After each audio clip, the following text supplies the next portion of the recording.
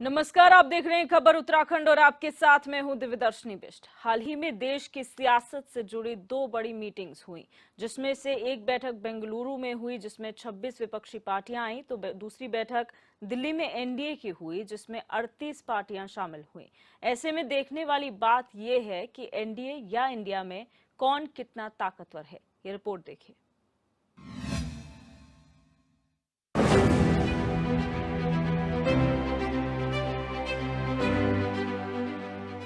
2024 के लोकसभा चुनाव की लड़ाई अब तमाम विपक्षी दलों के लिए राजनीतिक लड़ाई कम बल्कि नाक की लड़ाई ज्यादा बनती नजर आ रही है। अपना अपना राजनीतिक रसूख दिखाने के लिए एनडीए बनाम इंडिया के बीच लोकसभा चुनाव की लड़ाई होने जा रही है। ऐसे में कांग्रेस समेत तमाम विपक्षी दलों के नेता भाजपा को जड़ से उखाड़ फेंकने की हुंकार भर रहे हैं। एनडीए के जो जो चुनाव सामने आएंगे, इनमें कई लोग बिखर करके एनडीए से बाहर आए। अब जो हम में बिखराव देखना चाहते थे, जो इंडिया में बिखराव देखना चाहते थे, जो विपक्ष में बिखराव देखना चाहते थे, अब बिखराव उनके घर हो।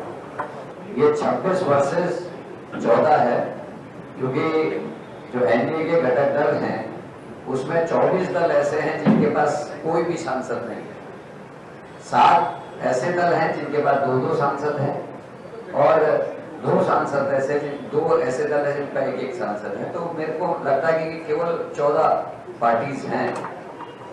और मोदी जी ने कहते हैं कल इस बैठक के बाद घबरा कर दिया, मैं घबराना ही कहूंगा, क्योंकि ये जब दल एक हुए इनकी 3 प्राथमिकता थी। पहली प्राथमिकता थी भारत माता की सुरक्षा, संविधान की सुरक्षा और लोकतंत्र की हत्या से भारत को बचाना। बेंगलुरु में इंडिया की बैठक के जवाब में दिल्ली में एनडीए की बैठक हुई। कह सकते हैं कि अब दोनों ही गठबंधन 24 के रण के लिए मैदान में उतर चुके हैं। वहीं विपक्ष के गठबंधन को सीएम धामी से लेकर कैबिनेट मंत्री महज एक ढकोसला बता रहे हैं।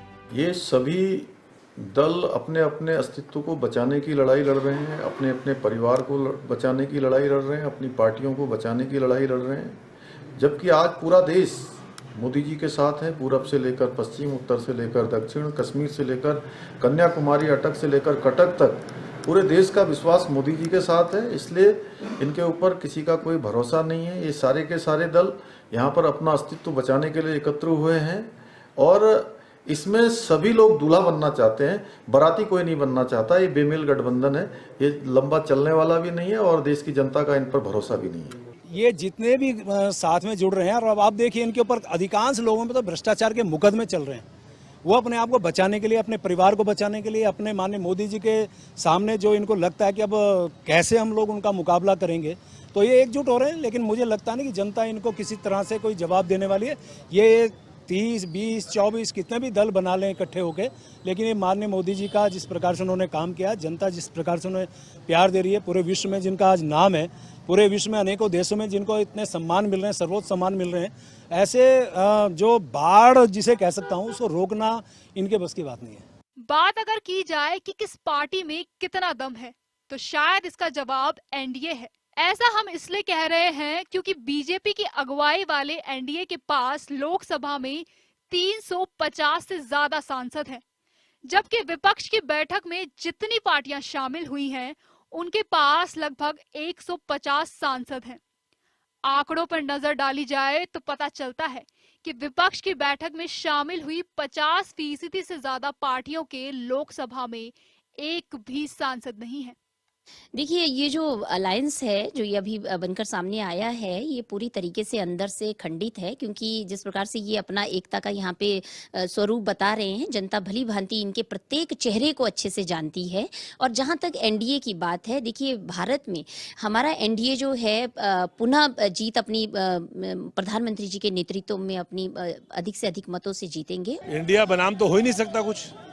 इंडिया के खिलाफ कौन खड़ा हो सकता है? और जो इंडिया के खिलाफ खड़ा होगा वो धराशायी हो जाएगा।